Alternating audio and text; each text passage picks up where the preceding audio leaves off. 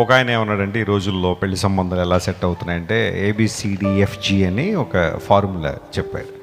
ఏ అంటే age compatibility, B అంటే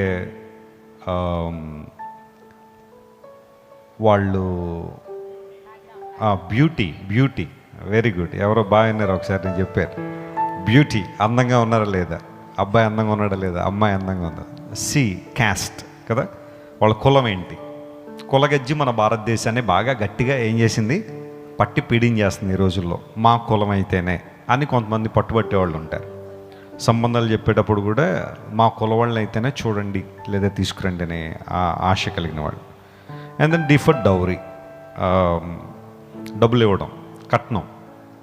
కొన్ని దేశాల్లో ఆడపిల్లలు కట్నాలు ఇస్తారు. మన దేశంలో కూడా రానున్న రోజుల్లో ఆడపిల్లలు కట్నాలు ఇచ్చే రోజులు రాబోతున్నాయి అనగానే ఆడపిల్లలకి ఎంత ఆనందమో. ఇవ్వడం కష్టంగా తీసుకోవడం. అప్పుడు అలాంటి రోజులు వచ్చినా మీరేం చెప్పాలా, మాకు వద్దని చెప్పాలి. ఎందుకంటే ఇప్పుడు వీళ్ళని వద్దంటున్నాం కదా, బాయ్స్ని కట్నం తీసుకోవద్దన్నప్పుడు ఒకవేళ పరిస్థితులు మారి ఆడపిల్లలకే కట్నాలు ఇచ్చే సమయం వస్తే మాకు వద్దండి అని మీరు చెప్పాలి. అప్పుడు బాగుంటుంది పరిస్థితులు. సో డిఫర్ డౌరీ, ఆ తర్వాత E ఫర్ ఎడ్యుకేషనల్ బ్యాక్గ్రౌండ్, ఏం చదువుకున్నారు, ఆ తర్వాత F ఫ్యామిలీ బ్యాక్గ్రౌండ్. ఇవన్నీ అయిపోయిన తర్వాత చివరిలో గాడ్స్ విల్, ఇది దేవుని చిత్తమేమో, ఇవన్నీ అయిపోయిన తర్వాత. కాకపోతే ఒక ideal couple in the Bible, especially in the old testament, Isaac గారి భార్య పేరు ఏంటి, రిబెకా, రైట్. ఇస్సాకు మరియు రెబెకాలు, వారి యొక్క వివాహం ఎంత అద్భుతంగా జరుగుద్దంటే, ఇస్సాకు పొలములో ధ్యానింప బయలు వెళ్ళాడు. సాయంకాలం అయిపోగానే ఇస్సాక్ గారు పొలంలోకి ఏం చేస్తున్నాడట, ఆయన ధ్యానిస్తున్నాడు, ప్రార్థిస్తున్నాడు. బహుశా నేను అనుకుంటాను తన జీవిత భాగస్వామి గురించి కూడా ప్రార్థన చేసి ఉండొచ్చు. And at the same time Eliezer ఎప్పుడైతే ఆ ప్రాంతానికి వెళ్తాడో, ఇస్సాక్ గారికి సూటబుల్ పర్సన్ ఎవరి అంటే, బ్యూటీ ఇవన్నీ తర్వాత సంగతి, కానీ ఎవరైతే పరిచర్య చేసే లక్షణం ఉంటుందో, తనకు మాత్రమే కాకుండా తనతో పాటు వెళ్ళిన ఒంటెలకు సైతం నీళ్ళు ఎవరైతే పడతారో, ఆ సర్వీస్ నేచర్ ఎవరిలైతే ఉంటుందో, పరిచర్య చేసే అనుభవం, అలాంటి ఆమె నా యజమానురాలి కుమారుడికి చక్కని భార్య అని నిర్ధారణ చేసుకున్నాడు. ఆ టెస్ట్లో రెబెకా గారు పాస్ అయిపోయారు. వెంటనే ఐజక్ గారి పక్కకి వచ్చేసింది. బైబిల్ ఏం చెబుతుందంటే, marriage is honourable in all, అన్ని విషయాల్లో వివాహము ఇంకా తొందరపాటు నిర్ణయాలు తీసుకోకుండా ప్రార్థన చేయండి. సరైన జీవిత భాగస్వామి కోసం ప్రార్థన చేయండి. దేవుడు సరైన సమయంలో మీ జీవితంలోకి వారిని తీసుకొచ్చినప్పుడు దేవుని కృపలో ముందుకు సాగిపోండి. బ్లెస్సక్ ఆల్రెడీ చెప్పినట్టుగా ఇద్దరు రక్షించబడిన వారైతే ఆ కుటుంబం చాలా బాగుంటుంది. వెంటనే మీలో ఒక ప్రశ్న వస్తుంది, మరి రక్షించబడిన వాళ్ళ మధ్య గొడవలు రావట్లేదండి, మా మమ్మీ డాడీ బాగా రక్షణ పొందిన వాళ్ళు అండి, అయినా గొడవలు అవుతున్నాయని చెప్పేవాళ్ళు చాలామంది ఉంటారు. మరి రక్షణ పొందిన తర్వాత కూడా గొడవలు అవుతాయి కదండి, అప్పుడప్పుడు దెబ్బలాట్లు వస్తాయి కదండి, మనస్పర్ధలు వస్తాయి కదా అంటే రావచ్చు. కానీ అవి వారిని తీవ్రమైన పరిణామాలకు మాత్రం ఏం చేయవు, నడిపించవు.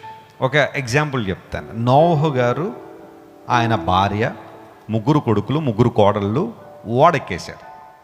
ఓడెక్కిన తర్వాత వారు ఓడలో ఉన్నారు. ఈ లోపల వర్షం ప్రారంభించబడింది, వరదలు వచ్చాయి. ఆ భయంకరమైన జలప్రళయం వచ్చినప్పుడు ఆ ఓడ నీటి మీద అటు ఇటు ఏం చేస్తుంది చెప్పండి, ప్రవాహంలో వెళుతున్న ఓడ ఎలా ఉంటుంది, కదులుతూ ఉంటుంది. కదిలినప్పుడు లోపల నోవహు గారు, ఆయన భార్య, వాళ్ళు కూడా ఏం చేసేవారు అనమాట, ఒక రోలర్ కోస్టర్ ఎక్కినట్టుగా వాళ్ళు కూడా కింద మీద పడుతుండారు. ఎందుకంటే 3 అంతస్తుల బిల్డింగ్ అది, 3 అంతస్తులు ఓడది. సో పైనుండి కింద పడిపోవడం, కింద నుండి పక్కన పడిపోవడం, ఇట్లాంటివి జరుగుతున్నప్పటికీ కూడా గుడ్ థింగ్ ఏంటో తెలుసా, వారు ఓడలోనే ఉన్నారు. Praise the lord. They remain in that ship.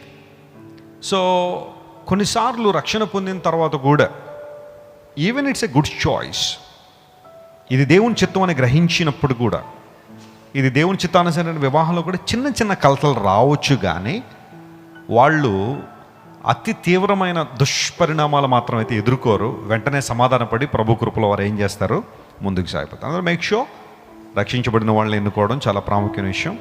కొంతమంది ఏమంటారంటే, నేను మార్చేసుకుంటారండి అంటారు. చెప్పండి, ఏం చేస్తారంటే వాళ్ళు మార్చేసుకుంటారండి.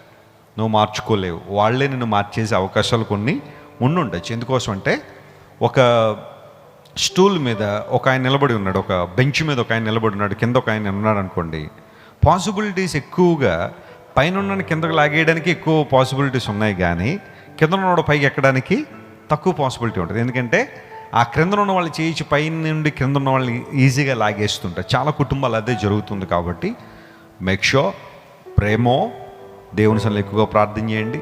ఒక చక్కని జీవిత భాగస్వామిని ఎన్నుకోవడంలో దేవుడు మీకు సహాయపడును గాక. ఆమేన్.